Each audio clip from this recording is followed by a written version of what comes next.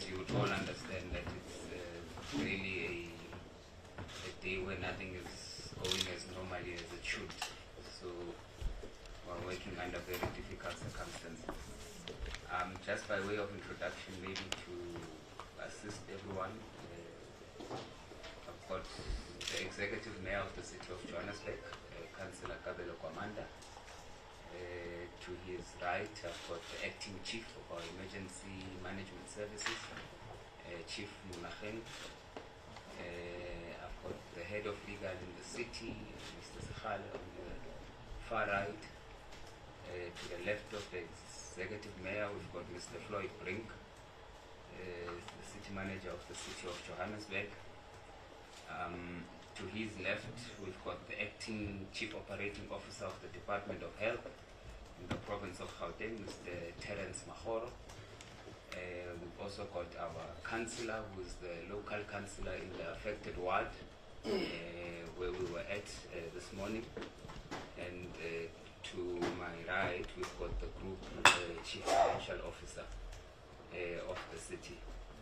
Without any further ado, maybe let me allow the Executive Mayor to first make some comments. Thank you very much.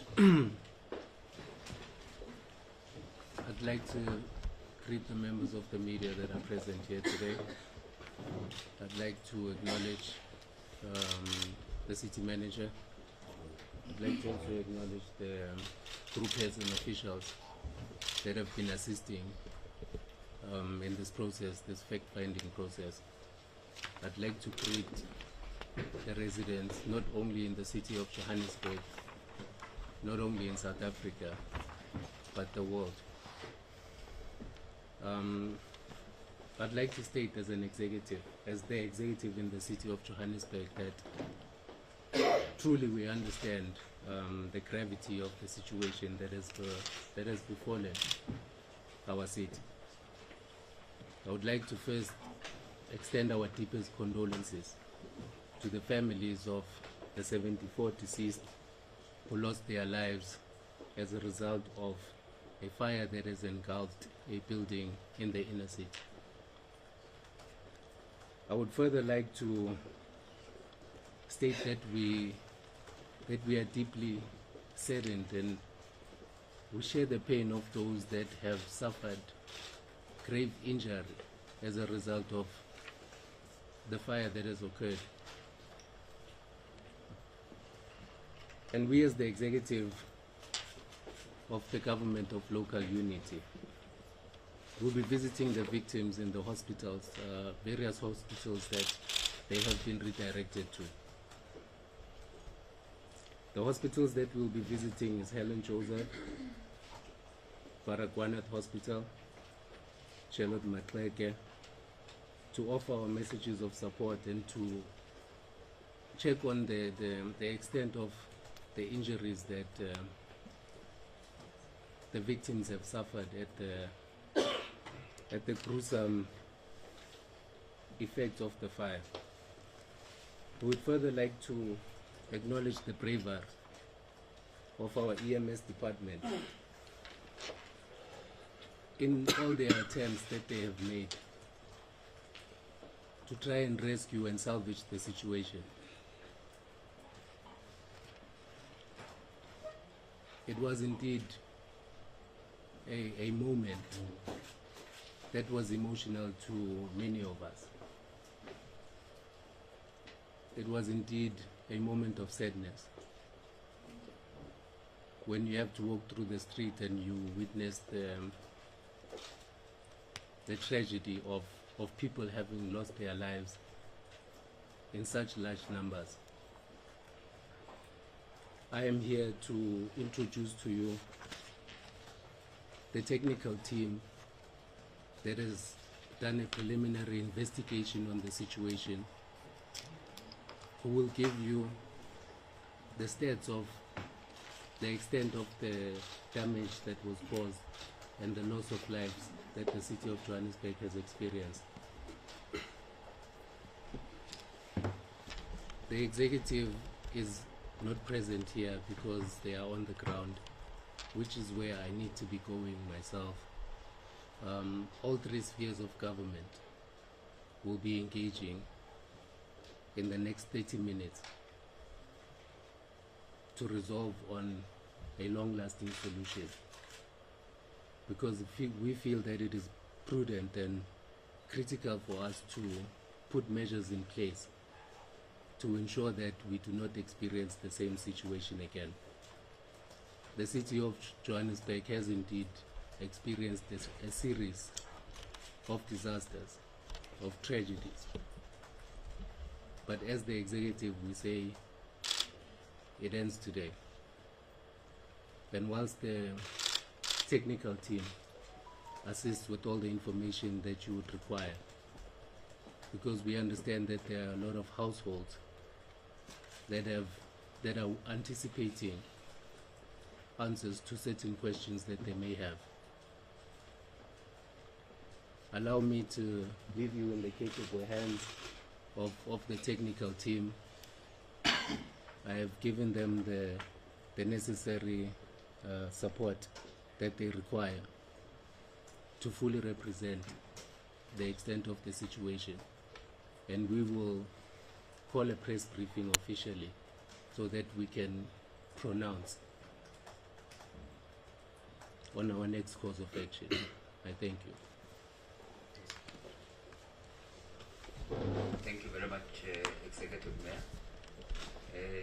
I know the city manager will now take over and go through the statement that has been prepared by the emergency management services and the technical team. For colleagues, if you see the mayor exit at some point, as he has said, they are going to engage. One is the three spheres of government and the engagements that he is required in currently, and they will also be visiting those who are in hospital. Some of the MNCs have already proceeded to commence with those visits. Let's allow you, City Manager. Thank you. Thank you, Emily. Executive Mayor, our councillor here present from the ward, members of the media, ladies and gentlemen, thank you very much for the opportunity. As we are all aware, the morning, the city of Johannesburg, our emergency management services responded to an alert at 80 Albert Street in Marshalltown, Johannesburg. Sadly, our firefighters received their first alert around 19 minutes past 1. Our first responder was on site at 29 minutes past 1, and the fire department then rapidly deployed the following equipment. We had 2 fire engines on site, 1 industrial pumper, 1 heavy rescue vehicle, 1 air truck, 2 level 2 incident command units, 1 Bronto, 1 ladder truck, 43 firefighters, and 14 officers that were on site. All of this is in line with the South African National Standards on Community Fire Safety Requirements for a building of this nature, which is a 5-story building. The Gauteng Provincial Health Emergency Management Services also attended to the scene, and they began the process to assess, to stabilize, and to treat and transport the injured from the incident. At this stage, we can confirm, as at around 2 o'clock this afternoon, 61 people were treated at various medical facilities within the city and in around the city. 16 of those have been discharged, and we have about 17 that remain admitted at this stage within the hospital and the casualty units. These patients are at the following facilities: the Chris Hani Baragwanath Hospital, Charlotte Macheka Hospital, Helen Joseph, the South Rand Hospital, and also the Tembisa Hospital. Tragically, we can now confirm that there's about 73 fatalities. 66 of those are adults and 7 children. Let me at this stage express our condolences to the families and the affected ones of the deceased, and hasten to add that all efforts are being put in place to provide the families and all the affected with the relevant social and psychological support through the city's disaster management as well as the provincial social development department. Our social development department already deployed 16 social workers to provide assessment, trauma counseling, and psychological support to those affected and affected families. The City of Johannesburg, the disaster management, is working with our human settlement department. This is specifically to coordinate the accommodation for those that are affected in the area. At this stage, we have 3 sites that we've already identified for those affected families, in order for us then, whilst we continue with the rescue operations and investigations for that particular building that has burned. The 3 sites are the Hofland Recreation Center in Bess Valley, the Ikaya Shelter in Hillbrow, the Impilo Shelter in Fairview or Jeppestown. So after about 72 hours or so, the Human Settlements Department will then advise where they will be taken to once all the logistics are related to the verifications and once that has been finalized. So we are saying to you that there are different types of accommodation that we then usually offer. So when you look at the emergency relief accommodation, that is usually for the first 72 hours. Then we will then look at other temporary accommodation that the city will then provide to them. We can then indicate to you at this stage we are approximating that it's about 200 families or 200 households that have been affected in that particular building. I wish to then also to confirm that the affected building, it does belong to the City of Johannesburg.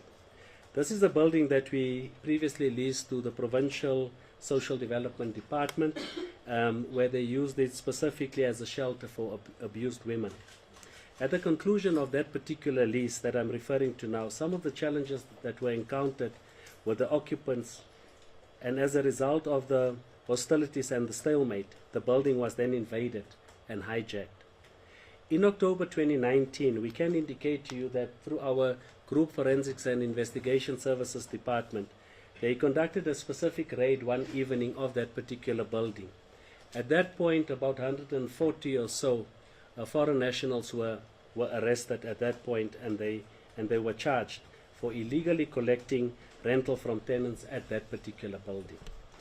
The case was then opened with SAPS, and no update is immediately available at this stage. So as and when we were done with that particular raid, there was then preliminary findings from that particular raid, and that was then handed over through to SAPS.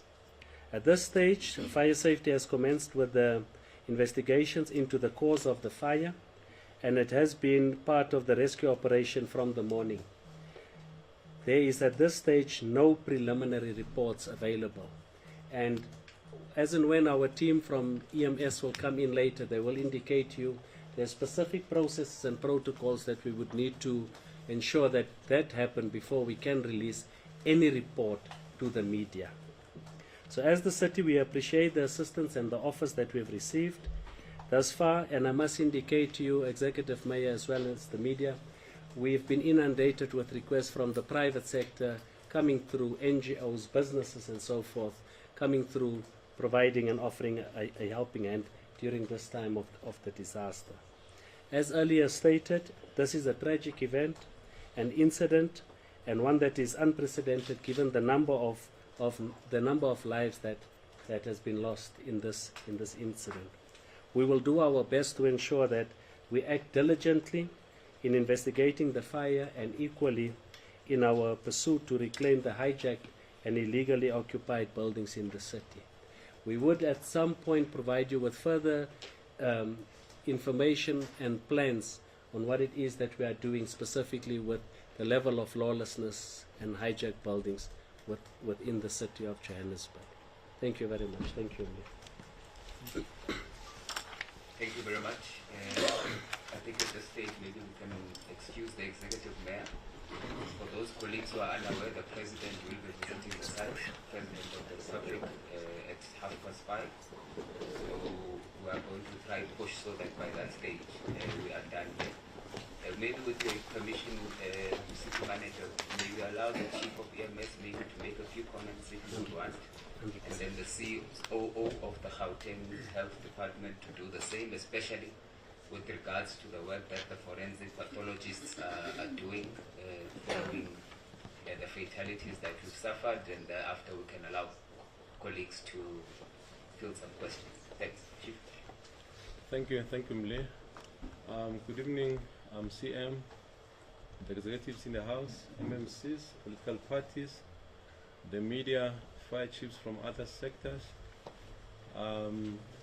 Mine is just to give a bit of indication of a way forward from a fire site or fire emergency services. We haven't yet handed over the scene totally to the police, Southern Police Services, because of the certain things that we still have to embark on. From 14 hours, we've already declared the scene to be more of an investigative sort of space. By the time we preparing to come this side, we could actually at that point account for 73 bodies. But the challenging part was there was also indication of certain bodies being missing. Henceforth, we had to go and comb the entire scene from the basement up until to the 5th floor. I'm also reporting to say that we're still going to go on and do a thorough investigation.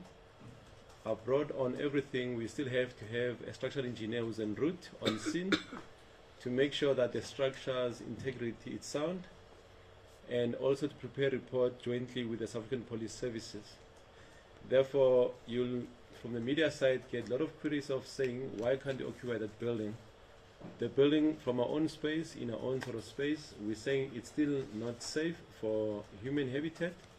Up until we've announced with fire engineering sort of expert who can tell us yes or nay, and also the police do what they're supposed to be doing. As the CM already indicated earlier on, all affected families, they'll be sent to different shelters, and those shelters, they do actually comply. We've done our own sort of fire inspection. They definitely meet the requirements, as to say, going forward. I thank you. Thanks, Chief. Thanks, Chief. COO, maybe you can just use the mic in front of you, and then it can be audible. Yeah, that's Sorry. Thank you very much, Chair, and good afternoon, CM, and all our senior officials, both in the city and elsewhere within the Gauteng government. What I can say at the moment is that our team, both emergency medical services personnel, as it has been mentioned, and the forensic pathology services are on the ground, and they've assisted really well throughout the course of the day. The issue around the process that will be followed when we're doing our postmortems will be outlined just now by Mr. Mpahlaza. But Chair, perhaps at a later stage I would want to come through and announce the numbers that can be used by the people who would want to do inquiries, both for forensic pathology related services where we have deceased, and also for some of the patients that we are still looking after across our hospitals. But for now, I'm going to allow Mr. Mpahlaza, if you can tell us about the process that is currently being outlined in dealing with the postmortems. Many thanks.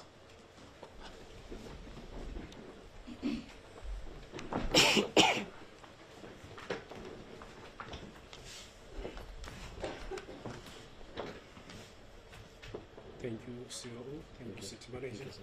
Good afternoon, colleagues. So far, I can confirm that we have managed to retrieve 74 bodies, which are full bodies, that we have already processed them or registered them in Deep Roof Mortuary. With those bodies, we are having 4 body parts that we will, through the DNA analysis, ascertain whether those parts they belong to which body. Among these 74 bodies, we are having 24 females, adults, 40 males, adult, and undetermined gender, which is 10 bodies, because those bodies were burnt beyond recognition. And among those that I've mentioned, we are having 12 children involved also in this tragedy. In terms of the response vehicles, we managed to dispatch one disaster truck, which was able to carry 23 bodies from the scene, as well as 10 body collection vehicles in terms of our team, we dispersed at least 26 members to respond to that particular scene. So far, we are busy processing those bodies, registering the bodies. As the COO have mentioned, that there will be contacts that we'll be sharing to the media for the family to make use of it.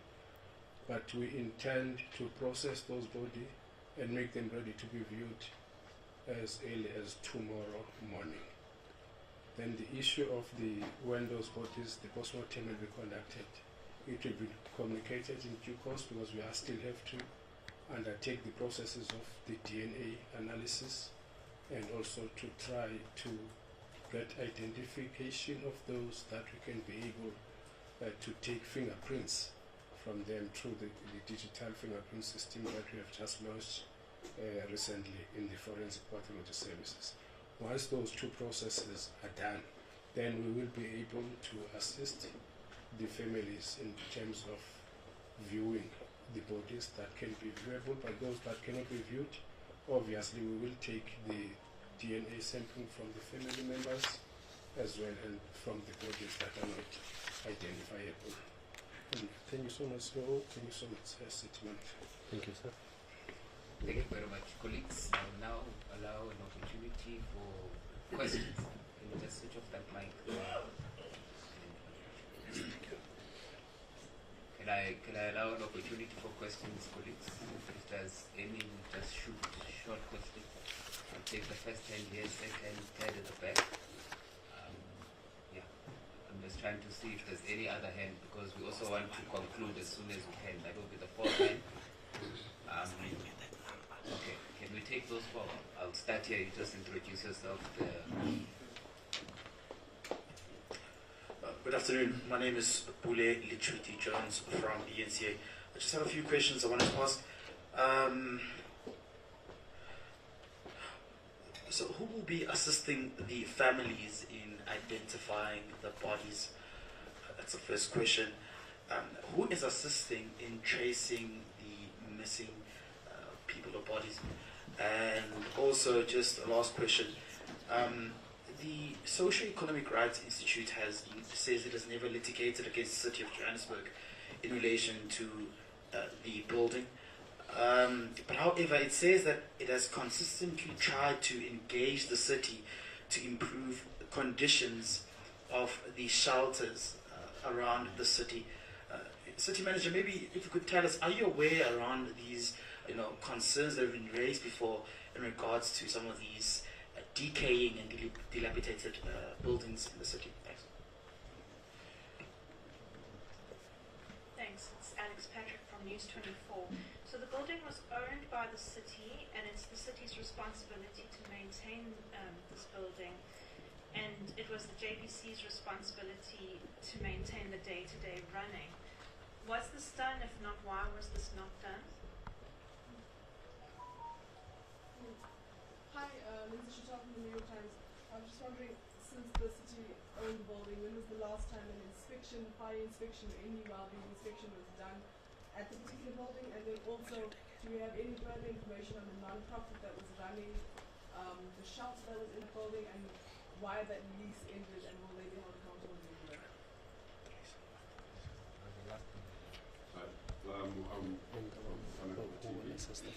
My question is based on the significance of the building.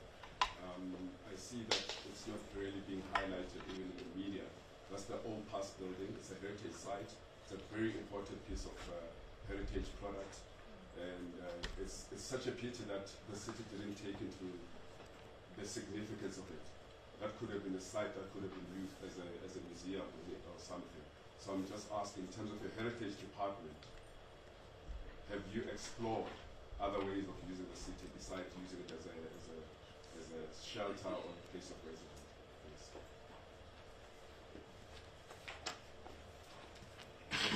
One last inspired hand here. Sure. Sorry, Aaron from Eyewitness News. I just want to clarify on the death toll. We've given 24 females, 40 males, 10 undetermined, and 12 children. That's 86. So I'm just trying to clarify. The 12 is Okay, of which. no, that will be clarified. Thanks, colleagues. That's the only round we are going to allow. So I hope they won't get any other inspiration because, as I've said, we need to get back to site because the president is on his way there, and the team that's here is also necessary to brief him there. Sorry, I thought maybe there was going to be a second round, but City Manager, just in regards to the case that you say was opened in 2019, what happened to that matter? Was the person allegedly involved in the hijacking of this building arrested? Did you follow up with the court case? Was he sentenced or was he released? What happened? Because there's seemingly a problem around hijackers being arrested and then later released and they commit the same crime again. Thank you. Thanks. Let's hand over to you, Sion. Thank you very much, Emily. I would allow the team that's next to me also to provide some responses to those. Who will be assisting the families? So between us in our social development department in the city of Johannesburg as well as the social development for the province, again it's an IGR related issue. We will be working with other spheres of government to provide the relevant support. The acting coup will also provide the numbers, so I can also provide the numbers. We will do anything and everything in our power to ensure that we provide that level of counseling and support and move along with those affected families. The tracing of the missing people, I would allow my colleague from Health to touch on it, but in essence, our team in EMS, as indicated by the acting chief of EMS, is already combing that particular area from the basement going up, and it's usually what they refer to as sweeping, for them to go floor per floor, room per room, to double check and to see what it is that they're still finding. And I'm sure that the Chief Monageng will also be indicating to you what it is. With regard to the one for Seri, and I want to be very clear in the media at this point, I'm not going to entertain any of those particular questions at this point. It's still at an early stage. It's an incident. It's quite tragic for us. We are aware of some of the decaying buildings, and we wouldn't want to play any form of political football, specifically when it's a tragedy like this. So we are aware of the decaying of the buildings. We are aware of hijacked buildings within the city. We can indicate you the level of lawlessness, but we can also indicate you what plans we have in place to address this. The last question that you squeezed in, Pule, from your side, is the case in 2019. The preliminary information that we do have is that that particular case was closed in 2022, but we need to verify the information. And at this point, what we received early this morning was that the particular person, there was no proper evidence or something like that, but it's something that we would need to follow up, and I wouldn't want us to conclude at this point on exactly what it is, but we should be able to provide some information as we are moving forward.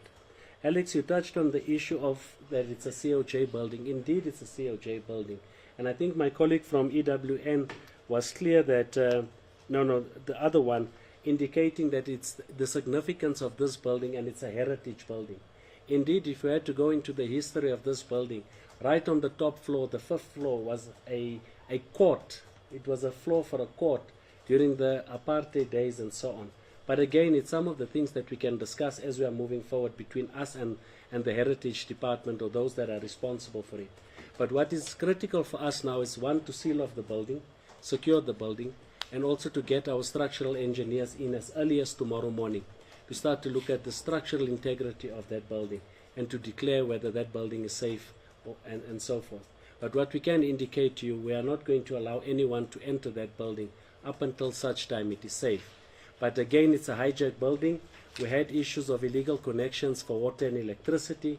We will not be allowing anyone in, and that is why we are providing temporary and other accommodation, and we will be accommodating those people there. The one on the fire inspection, I will allow the chief to touch on that. The number 74, you would have heard that I spoke about the number 73, and our colleague from Health spoke about 74. The difference between the two is that the one that they would have included is the one that is also succumbed in hospital. Usually from a protocol point of view, you would then refer to those that were on site, which is the 73, but he already indicated the other one as well, and that is why you'll hear the number 74. There was an issue, or there was a question raised with regard to, when you look at the numbers, the 12 that we indicate there, the 12 is an of which number of that 74 in this case that are children. So it's not 74 plus 12. The 12 is an, in accounting terms we would refer to it as an of which number. So it's an of which of the 74. I've touched on the significance of the building and the others. I would allow my colleague Sam Lee maybe to add there if I've missed anything, and right at the end when we wrap up, I will be able to provide the numbers for the hotline for affected families and others to contact. Let's start with you, Acting Chief. Thanks, Ian. Let me respond to the issue of how do you then identify the bodies, or who's going to maybe assist in this kind of regard. As Department of Forensic from Gauteng Province, they already submitted to us to say that they've received or they've received from us 4 body parts. That is an indication of saying during the fire, some will succumb to body fire, to fires, some will burn in their bodies, and parts will be left behind. Therefore, within our own space in terms of operation part of things, we can't just leave the scene bare open just like that in a point. Therefore, whatever we find that looks like a limb, that we find as body parts, we'll actually go back, reconcile, take it back to pathologies, and make sure actually the family can bury that with respect. But not only doing that, as I said to you, the scene is still going on. We've got our K9 from JMPD, we've got a K9 from South African Police Services. That will come at a later stage when the building is cooled. Then we'll use the K9 now to do what we call sort of body recoveries. Therefore, K9 because they got good sort of smell. They'll then assist us in allocating the cadavers where they are, and we can actually, with education of saying where they are, explore, go and dig, go and open up, and actually try to retrieve those kind of bodies in a point of situation. That's how we're trying to do on this kind of measure going forward on the point. The question from Lindsay is that when was this building inspected? We need to be aware, as the CM said earlier on, the building was hijacked in 2019, and in that regard, a case was opened for those who occupied or hijacked the building. Before that could happen, fire safety will go in with other stakeholders from the city, the likes of GFIS. We'll make sure that we tick all the boxes and make sure that buildings comply. It was indeed definitely inspected in June 2019. From then, we never went back and inspected the building. And the reason it's simple, you wouldn't want to go back in there in a hostile environment. As it was said earlier on, it wasn't just a clear, simple sort of environment where it was. There were tussles in between. No one would want to see us come and do and enforce and do what we're supposed to do within a space. Therefore, that's why we see on the same this one as to say that. But definitely, GFIS was supporting us. We went in there with GFIS, with JMPD, with other sectors actually to assist us to make sure that we apply the rule of law going forward. It was a hijacked building. Indeed, I repeat the point then. Thank you. Right.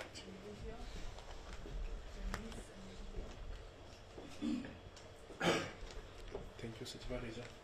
I think I will just respond to one question regarding the tracing of the families.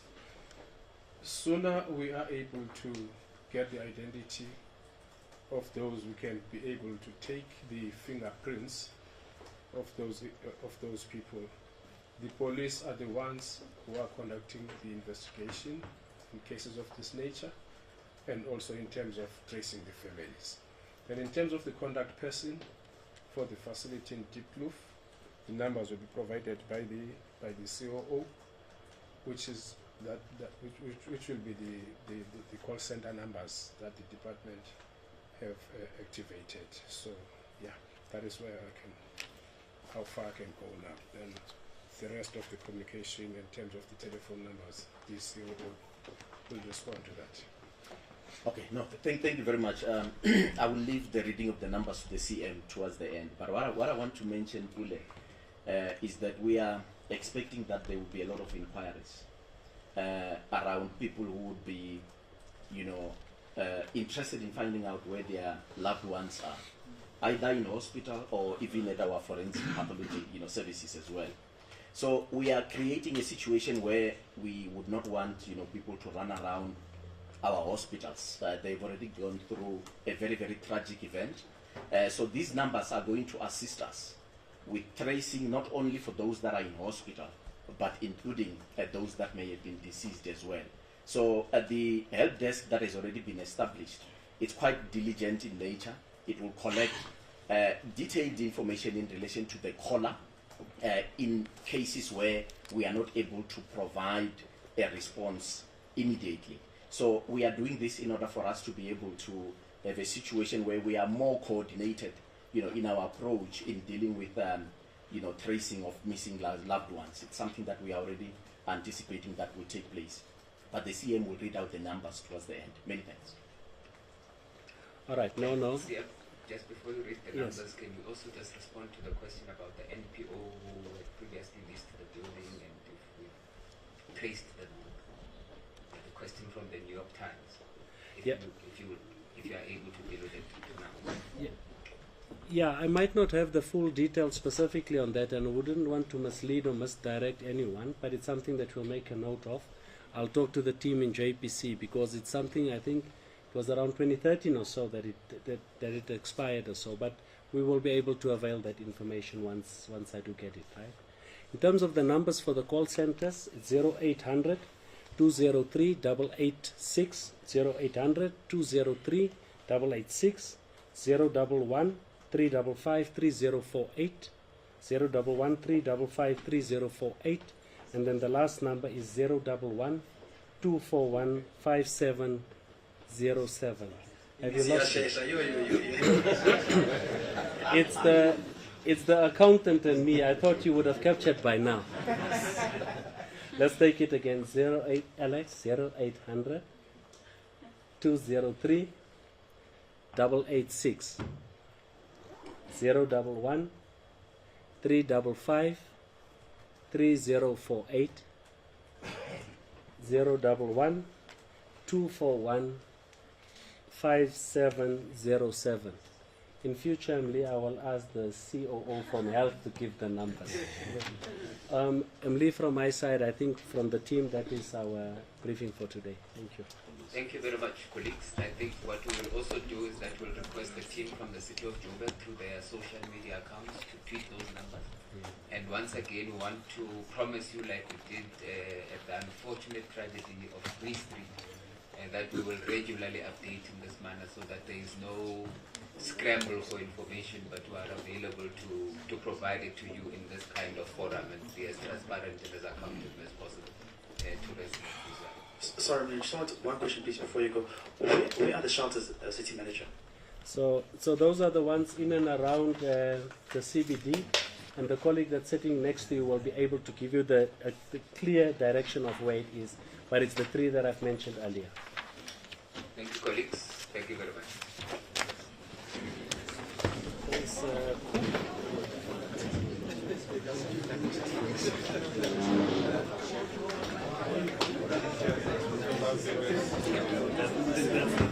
and you start to see the lights are so blurred. It's the same light.